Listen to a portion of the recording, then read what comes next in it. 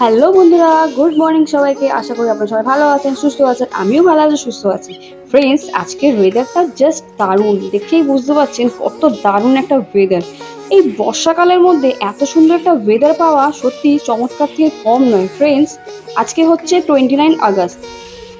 29 August আজকে আমি দিনটা কেন বললাম আপনাদের একটু পরে জানাচ্ছি। ফ্রেন্ডস, আকাশের ওয়েদারটার সঙ্গে সূর্য মামা দেখতে পাচ্ছেন কত সুন্দর লাগছে। দারুণ একটা দুর্দান্ত একটা ভিউ ফ্রেন্ডস। তারপরে দেখতে পাচ্ছেন নুপুর। কেন নুপুরটা দেখাচ্ছি? ফ্রেন্ডস, 29 আগস্টে আমার বার্থডে।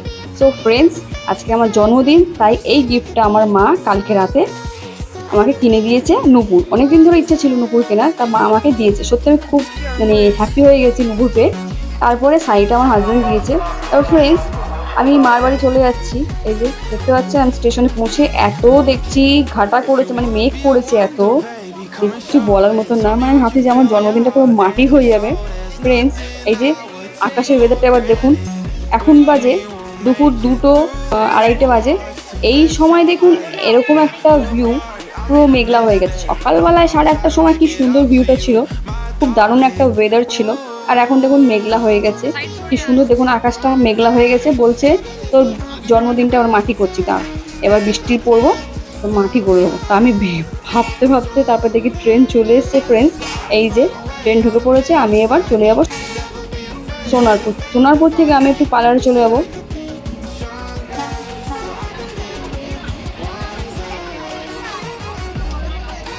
ট্রেন আমার ছেড়ে দিয়েছে ফ্রেন্ডস। এবার আমি ট্রেনে করে চলে যাচ্ছি সোনারপুর। আমি প্রতি জন্মদিনে আমি সেলিব্রেট করি আমার বাপের বাড়ি, আমার মার কাছে। ছোট্ট এই খুদে সোনাটার সঙ্গে আমার দেখা হয়ে গেছে। উনি আমাকে জিভ দেখিয়ে ভেঙাচ্ছে। কি কিউট বাচ্চাটা, লালকড়ি হয়ে এত সুন্দর লাগছে। সত্যি বাচ্চাটা এত কিউট কিউট লাগে, কিছু বলার নেই। ছোটবেলায় নিশ্চয়ই আমিও এত কিউট কিউট ছিলাম। এই যে দেখতে পাচ্ছেন মেরু মেরু বাচ্চাটার মাথাটা আসছে। আমি বেশি নিইনি হয়তো, যদি ওনার ফ্যামিলি যদি অবজেকশন করে। কি সুন্দর লাগছে না বাচ্চাটা।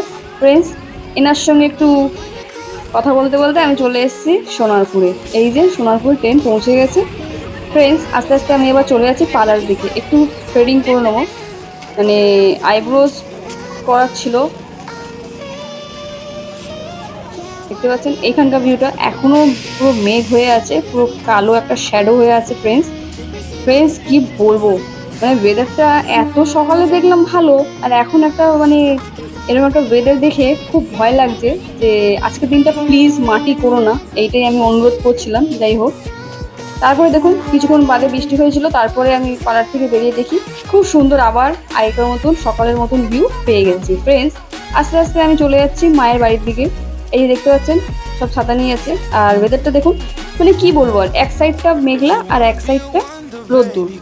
এই যে দেখতে পাচ্ছেন আকাশের ভিউটা দেখুন, সত্যি দারুণ একটা, কি বলবো আর, প্রাকৃতিক মানে নেচার আমাকে একটা গিফট দিল বার্থডের দিনকে। যাই হোক, আমি ভিজে বাজে। এবার আমি চলে যাচ্ছি আস্তে আস্তে মার বাড়ি। ফ্রেন্ডস, এই যে কি সুন্দর লাগছে না, আকাশটা সত্যি দারুণ লাগছে। আস্তে আস্তে আমি মার বাড়ি চলে যাচ্ছি। এই যে পৌঁছে গেছি মার বাড়ির দিকে। ফ্রেন্ডস, মার বাড়ি থেকে পৌঁছে যাওয়ার পরে মা বললো যা কেকটা নিয়ে আয়।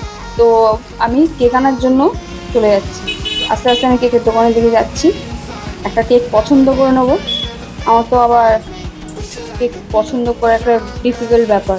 আমার না পছন্দ হলে আমি নেব না ভাবি। তাই মা বলে তুই টাকাটা নে, তুই যা কেকটা নিয়ে আয়।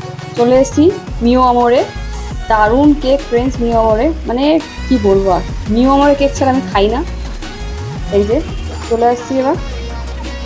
প্রায় সময় আমি মার সঙ্গে এসে মিও আমরের কেক এখানেই খাই। আপনারা অনেক ভিডিওতে দেখেছেন আমি শপে আসি।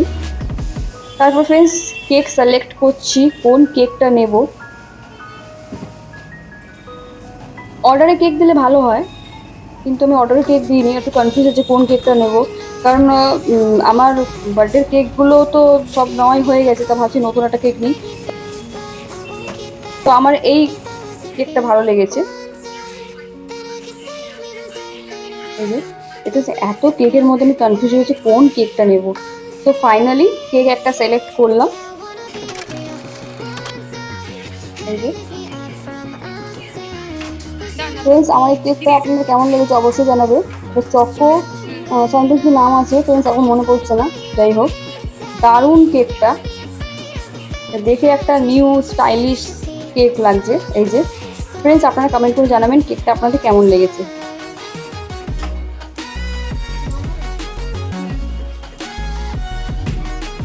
এবার আমার কেকের মধ্যে নাম লেখা হচ্ছে। এই ম্যাডাম আমার কেকের নাম লিখছেন, সত্যি আমি এত রেগে যাচ্ছিলাম। মানে ইনি একটা কাস্টমারকে একটু ভালোভাবে মানে তার নামটা লিখবে, দেখুন কিরমভাবে লিখে দিচ্ছে। আমার আগের বার্থডে কেকের মধ্যেও নামগুলো ভালো ছিল, কিন্তু ইনি হয়তো একটু মানে রেগেই আছেন, সেই কারণে আমার নামটা একটু মানে এরকমভাবে করে দিচ্ছে। যাই হোক ফ্রেন্ডস, বার্থডের দিন ছিল তাই আমার কিছু বললাম না। এই যে আমি যেহেতু মাল্টি কালার পছন্দ করি, তা বলে এরকমভাবে আরেকটা, ঠিক আছে, একটু ভালোভাবে আমার নামটা স্পেলিংটা করলে ভালো হতো।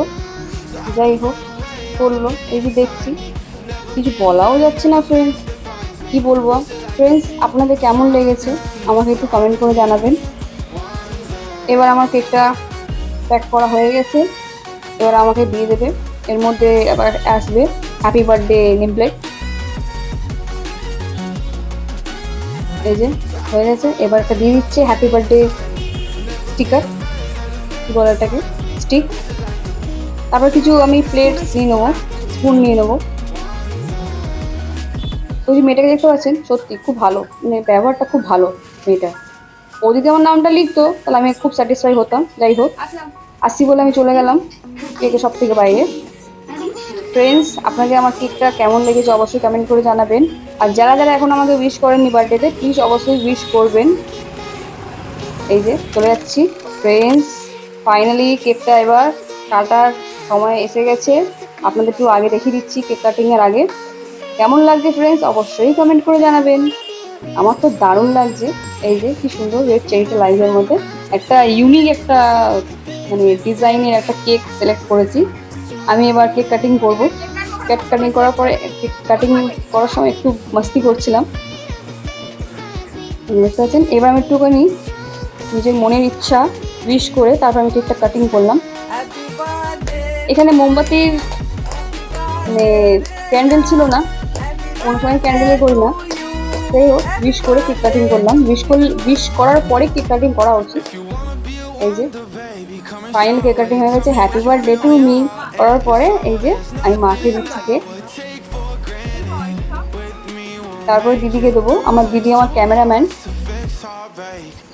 তারপরে এবার দিদিকে দেবো, দিদি বলছে পরে খাচ্ছি তুই।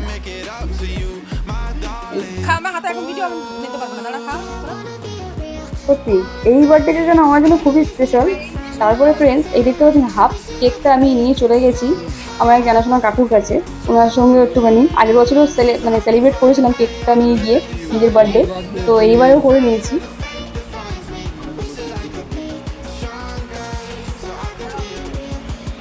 সোনারপুর পুলিশ স্টেশন, এটাও বলতে পারেন আরেকটা ঘর।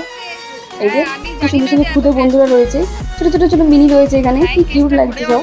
আমার একটু মিনি থেকে ভয়ই লাগে। যাই হোক, তারপরে ফ্রেন্ডস আমি এবার ট্রেনে উঠে পড়েছি, এবার বাড়ি যাবো, অনেক রাত হয়েছে। সত্যি এই বার্থডেটা আমার খুবই মেমোরেবল বার্থডে ছিল। তো ফ্রেন্ডস, আমার বার্থডে কেমন সেলিব্রেট করলাম আপনাদের সঙ্গে সব শেয়ার করলাম। ফ্রেন্ডস, অবশ্যই কমেন্ট করে জানাবেন আমার এই ভিডিওটা আপনাদের কেমন লেগেছে, আর লাইক শেয়ার সাবস্ক্রাইব তো করবেন। আর যারা নতুন নতুন বন্ধুরা আছে, প্লিজ আমার চ্যানেলটাকে সাবস্ক্রাইব করে দিন, পাশে থাকা বেল আইকনটাকে প্রেস করুন। টাটা, দেখা হচ্ছে আর নতুন নতুন ভিডিওতে।